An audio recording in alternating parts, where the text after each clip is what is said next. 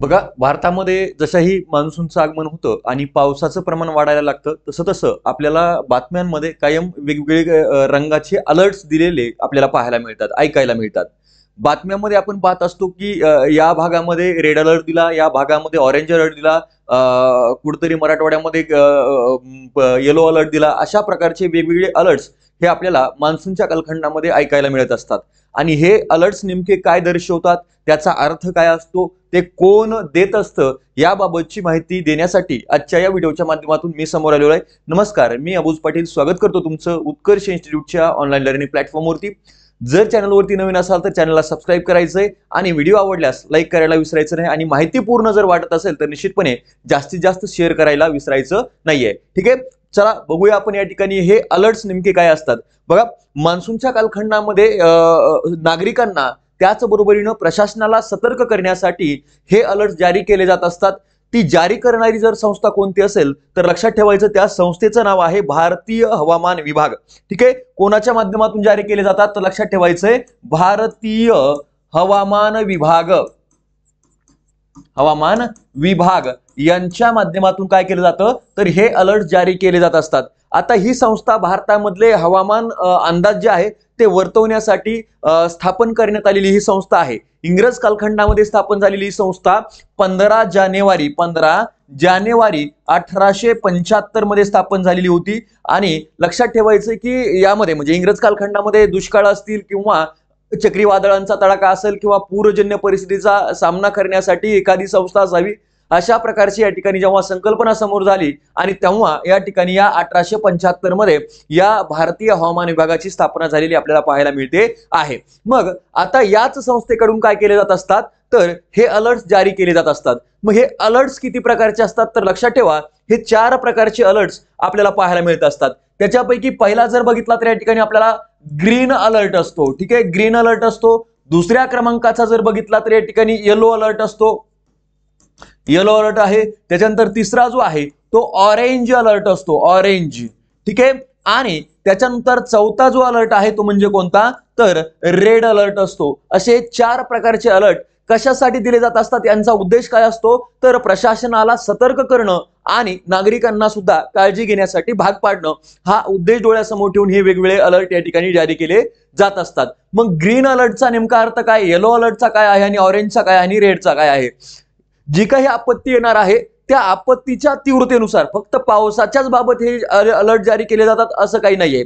हे अलर्ट जर बघितले तर तुम्हाला कायम पाहायला मिळेल, उन्हाळ्यामध्ये जेव्हा तापमान वाढतं तेव्हा सुद्धा हे अलर्ट जारी केले जातात, किंवा एखाद्या वेळेस या ठिकाणी इतर आपत्ती असेल त्या परिस्थितीमध्ये सुद्धा हे अलर्ट जारी केले जात असतात. कशासाठी तर नागरिकांना सतर्क करणं आणि प्रशासनाला सुद्धा तयारीला इथं सतर्क करणं, यासाठीचे हे अलर्ट असतात. मग ग्रीन अलर्ट आपण सुरुवातीला जाणून घेऊया की नेमका कधी जारी केला जात असतो आणि त्याचा अर्थ काय आहे. ठीक आहे, बघा इथं जर बघितलं तर कोणताही सल्ला या ग्रीन अलर्ट मध्ये दिला जात नाही.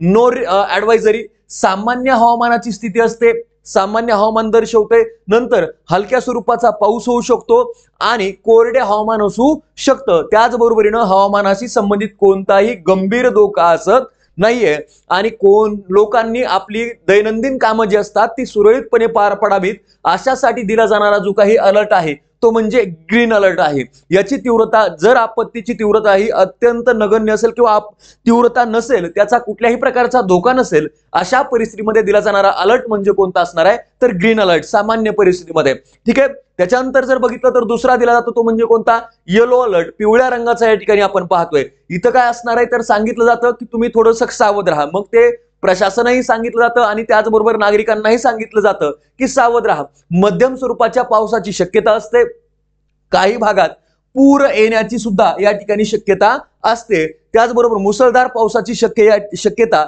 या प्रकारच्या अलर्टच्या बाबत असू शकत नाही. आणि आगामी काही दिवसामध्ये चांगल्या पद्धतीचा पाऊस होऊ शकतो असा सुद्धा हा येलो अलर्ट सांगत असतो. आणि प्रवास करताना इथं काय केलं पाहिजे, सावधगिरी बाळगली पाहिजे असं सुद्धा या ठिकाणी लोकांनी बाहेर पडताना सतर्क राहावं, एवढंच या येलो अलर्टच्या माध्यमातून इथं इशारा दिला जात असतो. त्याच्यानंतर तिसऱ्या प्रकारचा जो अलर्ट आहे तो म्हणजे कोणता आहे, ऑरेंज अलर्ट आहे. इथं काय सांगितलं, बी प्रिपेअर्ड, म्हणजे तुम्ही काय केलं पाहिजे, तयारीत राहिलं पाहिजे. कशासाठी तर पुढील 24 तासामध्ये या ठिकाणी पावसाची शक्यता आहे. ही श्रेणी अधिक गंभीर मानली जाते. मागे ज्या ग्रीन आणि येलो पाहिल्या त्याच्यापेक्षा अधिक गंभीर स्वरूपाची स्थिती या ठिकाणी येलो अलर्टच्या बाबत आपल्याला पाहायला मिळते। इथं पाऊस जो आहे तो किती असू शकतो तर 115.5 मिलीमीटर ते 204.5 मिलीमीटरच्या दरम्यान पावसाची शक्यता होण्याची चान्सेस असतात। आवश्यक वस्तूंचा साठा करून ठेवावा, त्याचबरोबर पूर येण्याची शक्यता असते, वाहतूक विस्कळीत होऊ शकते आणि वीज पुरवठा सुद्धा खंडित होऊ शकतो। भूस्खलनासारख्या ज्या घटना असतात त्या सुद्धा मोठ्या प्रमाणामध्ये घडू शकतात। अशा प्रकारचा जो काही अलर्ट आहे, अशा प्रकारची जी काही चेतावणी आहे त्याला आपण म्हणतो ऑरेंज अलर्ट, केशरी रंगामध्ये दिला जाणारा हा अलर्ट असतो। ठीक आहे, त्याच्यानंतर जर बघितलं आपण पुढचा एक अलर्टचा प्रकार असतो तो म्हणजे रेड अलर्ट, लाल रंग आहे।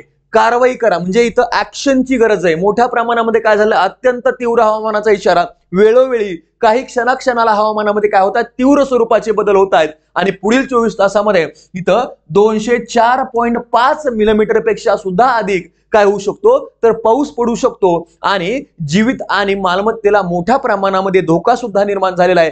पूर परिस्थिती निर्माण झालेली असेल तर अशा होऊ शकते, अशा परिस्थितीमध्ये या ठिकाणी काय केला जातो तर हा रेड अलर्ट दिला जात असतो। काही तासामध्ये मुसळधार पावसाची शक्यता आहे आणि स्वतःचे मालमत्तेचे संरक्षण करावं हे नागरिकांना सांगितलं जातं। लोकांनी घराबाहेर पडणे टाळावं आणि प्रशासनाचं सुद्धा इथं काय असलं पाहिजे, इथं या ठिकाणी ऍक्शन घेतल्या गेल्या पाहिजेत। काहीतरी या ठिकाणी उपाययोजना करण्यासाठी प्रशासनानं काय राहिलं पाहिजे, सतर्क राहिलं पाहिजे, ऍक्शन घेतल्या गेल्या पाहिजेत। यासाठी दिला जाणारा जो अलर्ट आहे तो म्हणजे काय असणार आहे तर रेड अलर्ट। रेड अलर्ट काय सांगतो तर इथं धोक्याचं प्रमाण हे अत्यंत जास्त आहे, तर जिथं धोका नाही तिथं ग्रीन प्रकारचा अलर्ट या ठिकाणी दिला जात असतो। मग हे क्रमानेच आपल्याला लक्षात ठेवायचे, ग्रीन असेल, येलो असेल, ऑरेंज असेल आणि रेड असेल, तीव्रतेनुसार या ठिकाणी हा अलर्ट दिला जात असतो। हे प्रकारे या ठिकाणी काय करायचंय, लक्षात ठेवायचंय। आणि अशाच माहितीपूर्ण व्हिडिओसाठी चॅनलला सबस्क्राईब करा।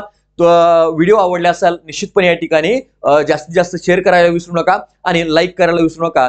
तुम्हाला जर वाटत असेल की अजून कोणती माहिती तुम्हाला आवश्यक वाटते, एखाद्या माहितीवरती जर तुम्हाला या ठिकाणी व्हिडिओ पाहिजे असेल तर निश्चितपणे कमेंट बॉक्समध्ये सांगायला विसरू नका। तुमच्या कमेंटचा दखल या ठिकाणी घेतली जाईल आणि तुम्हाला वाटत असलेल्या व्हिडिओवरती या ठिकाणी माहितीवरती व्हिडिओ निश्चितपणे तुम्हाला उपलब्ध करून दिला जाईल। Thank you so much, all the best all of you.